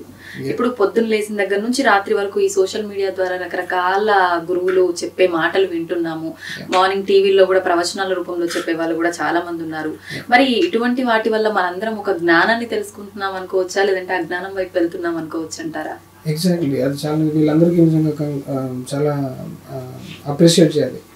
బికాస్ ఇప్పుడు మన కొంతమంది బయటికి రారు. వాళ్ళ లోపల ఉన్న వాళ్ళ ఆశ్రమాన్ని చూసుకోవడమే సరిపోతుంది. They are not famous. అంటే సద్గురువుని మళ్ళీ పైకెత్తుతున్నానని చెప్పి వీళ్ళు ఎవరికి క్రెడిట్ ఇవ్వట్లేదు. సద్గురువుకి మించిన వాళ్ళు ఉన్నారు కదా, వీళ్ళు కూడా అతీత శక్తులు ఉన్నాయి కదా. ఎస్ ఉండొచ్చు, అలాంటి వాళ్ళు ఉన్నారు కూడా. We should really respect them. అట్లాంటి గురువులు ఎవరైనా దొరికింటే రియలీ అదృష్టవంతులు. Then we are friends. చెప్తుంది ఏంటంటే వీళ్ళందరూ చేస్తున్న పనులు కొంతమంది ధైర్యం చేసి సోషల్ మీడియాలో కూడా వస్తున్నారు. Really appreciate. We support them. We are friends with them. వాళ్ళ వల్ల చాలా యూత్ మారుతున్నారు. యాక్చువల్గా నాకు తెలిసిన యాక్సెస్ అయితే ఇది. మిగిలిన వాళ్ళు ఇంకో దాని ద్వారా వర్కౌట్ అయిందంటే మంచిదే కదా. నేను నిజంగా సామవేదం షణ్ముఖ శర్మ గారిది, మన సంతోష్ గణపాటి గారిది, వీళ్ళందరి దగ్గర నుంచి చాలా క్లారిటీ నేర్చుకున్నాను నేను కూడా. So they are doing really good job. అయితే మనం స్టార్టింగ్ లోనే ఒక మాట మాట్లాడుకున్నాం స్కూళ్ళ గురించి. అసలు అంటే మన పురాణాలకు సంబంధించి ఏదైనా ఒక సబ్జెక్ట్, ఆధ్యాత్మిక పరమైన సబ్జెక్ట్ ఒకటి ఉంటే బాగుంటుందంటారా విద్యా వ్యవస్థలో? నిజంగా ఇప్పుడు జరిగే ఈ రకరకాల ఇబ్బందులు ఏదైతే ఉన్నాయో, అంటే అరాచకాలు రకరకాలుగా చూస్తున్నాం. పిల్లలు చిన్న చిన్న పిల్లల్లోనే మైండ్ సెట్ అనేది చాలా మెచ్యూర్గా, అది మెచ్యూరిటీ అనాలో లేకపోతే జ్ఞానం కోల్పోవడం అనాలో కూడా తెలియదు. ఇది నిజంగా స్కూల్లో చెప్పే పాఠ్యాంశాల ద్వారా ఇది ప్రభావితం అవుతుందంటారా? లేదు అంటే మనం పెంచే విధానమే చిన్నప్పటి నుంచి పిల్లల్ని ఇలాంటి చెప్పుకుంటూ పెంచితే ఇలాంటి ఒక పరిస్థితిని మార్చే అవకాశం ఉంటుందంటారా? ఒకప్పుడు స్కూల్లో బుక్ ఒకే బుక్, పెద్ద బాల శిక్ష. ఇప్పుడు పనికి మాలిన చెత్త అన్నీ ఉన్నాయి. ఇవన్నింటినీ తీసేసి అది ఒకటే పెట్టినా కూడా పర్లేదు అంటున్నాను నేను. ఇవన్నీ మిగతా ఏం చెప్పక్కర్లేదు. కుక్కే ఎట్లా బతకాలని నేర్చుకున్నప్పుడు మనిషి అంతటా బ్రెయిన్ ఉన్నవాడు ఎందుకు చదవాలి, ఎందుకు నేర్చుకోవాలి అంటే కంప్లీట్ ప్రపంచం అంతా దీనికి నాకు వ్యతిరేకంగా వచ్చేస్తారు. కాకపోతే దీనివల్ల ఉపయోగం అనేది అస్సలు 0%. స్కూల్కే పోకుండా ఎంతో దర్జాగా ఇప్పుడు మీరు బయట రోడ్లోకి వెళ్తే షాపులు ఎక్కువ కనిపిస్తాయా, లేకపోతే ఎంబీబీ దాన్ని ఏమంటారు మంచి ఎడ్యుకేటెడ్ వాళ్ళు చేస్తున్నవి కనిపిస్తాయా? Most of the people have never seen school కదా. స్కూల్ చూడనళ్ళు షాపులు పెట్టుకుని బ్రహ్మాండంగా బతికేస్తున్నారు. మరి ఏంటి స్కూల్ నాన్ సెన్స్? అదొక వ్యాపారం అది. గురుకులంలో జరుగుతుంది విద్య, ఓకే. స్కూల్స్లో జరగదు. గురుకులాలను పెట్టండి, తర్వాత మనం మాట్లాడదాం ఎడ్యుకేషన్లో ఏం చేయాలనేది. ఇప్పుడు ఏం చదువులు ఇవి, దీన్ని అసలు దాని గురించి అసలు ఉంటే బాగుంటుంది అని మాట్లాడేది. There is no option. ఇది అసలు ఈ వ్యవస్థే కంప్లీట్గా పీక్ పారేయాలి. గురుకులాల వ్యవస్థ పెట్టిన తర్వాత ఎడ్యుకేషన్ జరుగుతుంది, అప్పుడు దాంట్లో ఏ బుక్స్ పెట్టాలనేది మాట్లాడుకోవచ్చు మనం. అంటే ఇది నేర్చుకున్నంత మాత్రాన అందరికీ అంటే ఫ్యూచర్ ఉండాలని లేదు కదా. అంటే చదివినంత మాత్రాన అందరూ చదువు పైన బతుకు తెరువు ఉంటది అని చెప్పలేము. అలా అని చెప్పి ఇప్పుడు ఈ జ్ఞానాన్ని నేర్చుకుంటే మంచి విలువలు, బంధాలు, బంధుత్వాలు ఒక మంచి అవగాహనతో పెరుగుతారు అంతవరకు. ఓకే, అలానే వాళ్ళ లైఫ్ దానిపైన బాగుంటుంది అని ఎలా చెప్పగలరు? ఇప్పుడు మాత్రం ఏం బాగా బతుకుతున్నారు, ఇప్పుడు మాత్రం ఏం బాగా బతుకుతున్నారు. డాక్టర్లు ఉన్నారు, మొత్తం రోగాలన్నీ తగ్గిపోయాయి. అక్కడ వాళ్ళకి మంచి వ్యాపారాలు జరుగుతున్నాయి. ఆ వ్యాపారం జరగడానికి కొత్త రోగాలను పుట్టించుకుని వస్తున్నారు. కరోనా పుట్టించిన రోగం కదా. మంచిగా బతకాలి అంటే స్పిరిచువాలిటీ దారి. దాన్ని స్పిరిచువాలిటీని ఏ రకంగా బిజినెస్ చేయలేదు. దాన్ని ఇప్పుడు సద్గురు చూడండి, గవర్నమెంట్ చేయాల్సిన పనులన్నీ చేస్తున్నాడు. రాజు చేయాల్సిన పని గురువు చేస్తున్నాడు. ఎంత దారుణంగా ఉంటుంది పరిస్థితి. అప్పుడు గురువు చేయాల్సిన పని గురువుకి టైం లేకుండా పోయింది. గురువు పని ఏంటి? ముక్తి ఇవ్వాలి జనాలకి. ఆయన యాక్షన్ ఫర్ రూరల్ రెజ్యునేషన్ అని, ఈషా విద్యా స్కూల్స్ అని, హోమ్ స్కూల్ అని, ఒక CEO ఒక కంపెనీ 10 కంపెనీలు మేనేజ్ చేస్తే ఎలా ఉండాలి? అందుకే ఆయన బ్రెయిన్లో చెప్పాడు, నేను అట్ ఎనీ గివెన్ మూమెంట్ 14 పనులు తిరుగుతూ ఉంటాను నా మైండ్లో అని. అలా చేయకపోతే ఆయన రన్ చేయలేడు. అంటే ఇప్పుడు ఇందాక మనం మాట్లాడుకున్నాం సాధన అని. ఈ సాధన యోగా వల్ల చాలా మంది స్వామీజీలను చూస్తూ ఉంటాము. వాళ్ళ వయస్సు ఎక్కువగా ఉన్నా కూడా వాళ్ళు ఇంకా జీవించి ఉండటము, ఇవన్నీ కూడా చాలా హెల్దీగా ఉండడము. నిజంగా వీటి వల్ల ఇది సాధ్యపడుతుంది అంటారా? అంటే మనందరికీ కూడా ఒక డిసైడ్ చేస్తారు అంటారు కదా, ఎవరి ఏజ్ లో వాళ్ళ జీవితాన్ని ఎండ్ చేయాలి అని చెప్పి. నిజంగా సాధన చేయడం వల్ల దాన్ని మనం ఎలా పెంచుకోవచ్చు అంటారు? మన లోపల ఉన్న అవయవాలు మినిమం 150 సంవత్సరాలు ఫ్రెష్గా ఉండడానికి డిజైన్ చేస్తున్నాం యాక్చువల్గా. 150 సంవత్సరాలు. దాని తర్వాత నిర్మాణ ఖాయాస్ అంటారు వీళ్ళని. నిర్మాణ ఖాయాస్ అంటే ప్రతి ఆటమ్ అండ్ సెల్ని వాళ్ళు రెజ్యూమినేట్ చేసి కొత్తగా పుట్టించుకుంటారు. బుద్ధుడికి ఆ పవర్ ఉండేది. కొత్త సెల్ ఎప్పుడు యంగ్గా ఉంటారు. మహావతార బాబా గారు ఆ పవర్ ఉంది. అఫ్కోర్స్ సద్గురు కూడా ఉంటుంది. కాకపోతే సద్గురు ఇప్పటికీ 3 లైఫ్ టైమ్స్ వచ్చాను, నేను నా పని అయిపోయింది, ధ్యానంగా పెట్టి నేను వెళ్ళిపోతాను అన్నాడు. అదో డిఫరెంట్ స్టోరీ. కాకపోతే ఇది కంపల్సరీ ఉంటుంది ఈ టెక్నిక్ సనాతన ధర్మంలో. అంతేందుకు ఒక సింపుల్ టెక్నిక్ ఇస్తారు, మీరే ఫాలో అవ్వచ్చు. ఆలోచనల్ని గమనించండి.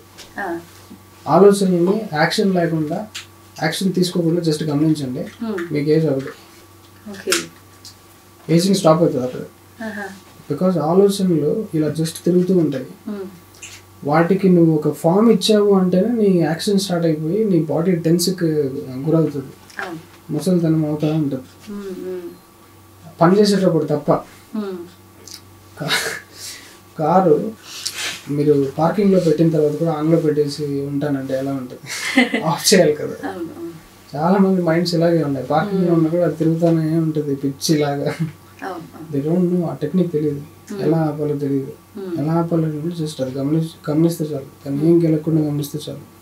పియానో సౌండ్స్, పియానో బటన్ నొక్కావు, ఆ సౌండ్ ఆపాలంటే ఏం చేయాలి? ఆ సౌండ్ ఆపాలి నొక్కేస్తే ఇంకా ఎక్కువ సౌండ్ వస్తుంది కదా. నొక్కే జస్ట్ గమనించి కొంచెం అదే ఆగిపోతుంది. That is the nature of the mind. గమనించడం రావాలి. చెప్పడం ఈజీనే అండి, కానీ ప్రస్తుతం ఉన్న పెద్ద సమస్య ఈ ఆలోచనలు కంట్రోల్ చేయలేక స్ట్రెస్ ఎక్కువైపోయి ఆరోగ్యం దెబ్బతినేదాకా తెచ్చుకుంటున్నాం. సింపుల్ టెక్నిక్ చెప్పండి, ఏం చేయాలో? ప్రతి దానికి టెక్నిక్ తెలుసుకోవడమే. మైండ్ అనే మెకానిజంని మనం తెలుసుకోకుండా బతికేస్తున్నాం. యూజర్ మాన్యువల్ తెలిస్తే దాన్ని వాడడం ఈజీ, అదొకటే టెక్నిక్. అది దాన్ని ఎలా తెలుసుకోవాలి అనడానికి పతంజలి యోగ సూత్రాస్ బెస్ట్. పతంజలి రాశాడు, మైండ్ సైన్స్ మొత్తం ఎక్స్ప్లెయిన్ చేశాడు. మైండ్ సైన్స్ ఎక్స్ప్లెయిన్ చేసి మనోమయ కోశ గురించి మొత్తం చెప్పేశాడు. సూత్రాలు అవే. దాని ద్వారా మీకు ఎనర్జీ, బాడీ, బ్లెస్, యోగా మొత్తం అర్థమవుతుంది.